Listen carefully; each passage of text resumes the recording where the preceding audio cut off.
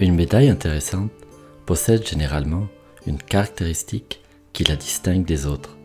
Il peut s'agir de son état de conservation, de sa rareté, de son importance numismatique ou valeur artistique, parfois encore de sa provenance.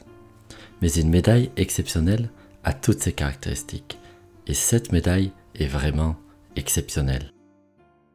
Elle fut frappée en 1455 par le roi Charles VII et commémore l'expulsion des Anglais du territoire français et la fin victorieuse de la guerre de Cent Ans. Elle appartient à une série de 8 types différents frappés entre 1451 et 1460 pour commémorer cet événement exceptionnel. Elle est parfois appelée calaisienne en référence à la ville de Calais qui resta la dernière possession anglaise sur le territoire français. Cette médaille peut être considérée comme une médaille d'honneur, une distinction remise par le roi Charles VII à ses plus fidèles chevaliers pour leur bravoure lors des dernières et plus épiques batailles de la guerre de Cent Ans. Ainsi, nous pouvons imaginer ce que le chevalier distingué dut endurer et accomplir pour recevoir une telle récompense.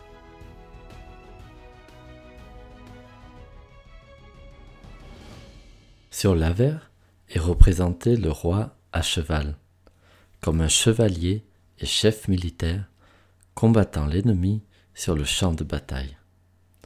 Au revers, le roi, en chef politique, est couronné et assis sur un trône en majesté. Cette iconographie confère à cette médaille la plus haute valeur artistique parmi les 8 types de calaisiennes connus. Ce qui est vraiment incroyable, c'est que cette médaille n'est connue qu'à 3 exemplaires, parmi lesquels 2 se trouvent aujourd'hui dans des musées. Un de ces exemplaires se trouve dans les collections du British Museum à Londres et l'autre dans les collections de la Bibliothèque nationale à Paris.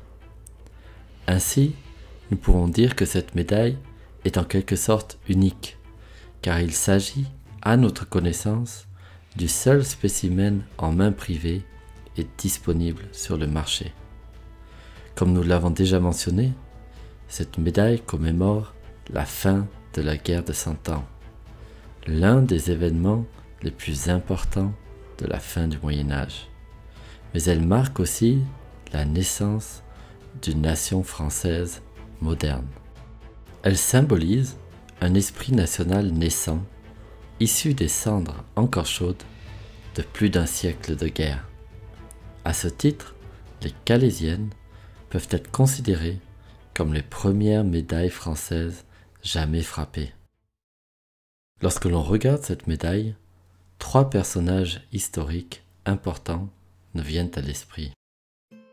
Il s'agit tout d'abord bien sûr du roi Charles VII, dont les victoires militaires et politiques sont si magnifiquement illustrées sur cette médaille et louées dans ses légendes.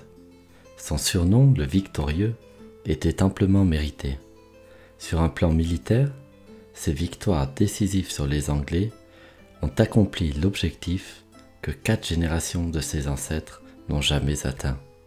Sur un plan politique, il put reconquérir le trône de France malgré le fait que son propre père, le roi Charles VI, lui refusa la couronne de France et alla jusqu'à destiner celle-ci au roi d'Angleterre. La deuxième figure historique est John Talbot, le célèbre chevalier anglais, héroïquement personnifié par Shakespeare dans sa pièce Henri VI. Il fut vaincu et tué à la bataille de Castillon, dernière bataille de la guerre de Cent Ans. Celle-ci eut lieu en 1453, 2 ans seulement avant la frappe de cette médaille, et son récipiendaire participa probablement à cette ultime et décisive bataille. La troisième figure historique est Jeanne d'Arc, la célèbre pucelle d'Orléans, et héroïne de France pour son rôle décisif dans les victoires de Charles VII. Jusqu'à sa capture et mise à mort, brûlée vive par les Anglais, Elle fut la plus fidèle et plus courageuse auxiliaire du roi. On peut ainsi imaginer que si Jeanne d'Arc avait encore été en vie en 1455, elle aurait certainement fait partie des rares personnes à recevoir une récompense aussi exceptionnelle. Cette médaille représente également un véritable chef-d'œuvre de l'art gothique. Sur l'avers, on peut ressentir la force et la puissance du roi à cheval, illustré avec un si grand réalisme. Les draperies et habits volent au vent et le cheval, au galop volant, semble bondir sur l'ennemi. À l'inverse, le revers illustre parfaitement la stabilité et l'autorité du roi, dans une scène totalement statique. Ce sentiment est accentué par l'utilisation unique de la perspective dans la représentation du trône, une technique qui avait disparu depuis l'Antiquité et qui sera l'une des plus importantes redécouvertes de la Renaissance. Cette médaille est également un chef-d'œuvre de l'art de la médaille. Avec certains autres types de calésiennes, il s'agit de la plus grande médaille médiévale jamais frappée. Elle représente une véritable révolution dans l'histoire de la production des monnaies et médailles, car c'est la première fois qu'un flanc aussi large est utilisé. À titre de comparaison, la surface de cette médaille est au moins 7 fois plus importante que la plus grosse pièce d'argent frappée à l'époque, et son poids plus de 15 fois supérieur. En outre, nos recherches nous ont également permis de faire une découverte passionnante. Nous avons ainsi découvert que cette médaille avait été exposée lors de l'exposition universelle de 1867 à Paris, destinée à marquer l'apogée du Second Empire. Son importance historique exceptionnelle, ainsi que sa valeur artistique, sont certainement les raisons pour lesquelles cette médaille fut sélectionnée. Nous pouvons imaginer l'empereur Napoléon III, fier et admiratif de ce symbole intemporel d'une France forte et victorieuse. Elle fut ainsi exposée devant des invités prestigieux tels que le tsar Alexandre II, Otto von Bismarck, le prince François-Joseph et plus de 10 millions de visiteurs anonymes. Des recherches approfondies nous ont permis également de redécouvrir les provenances prestigieuses de cette médaille et de les suivre sur plus de 150 années. Nous avons découvert que cette médaille fit partie autrefois de 2 collections prestigieuses. La médaille se trouva ainsi au château de la Cour, dans la collection de Benjamin Fillon, un important numismate français, archéologue et collectionneur d'art de la seconde moitié du XIXe siècle.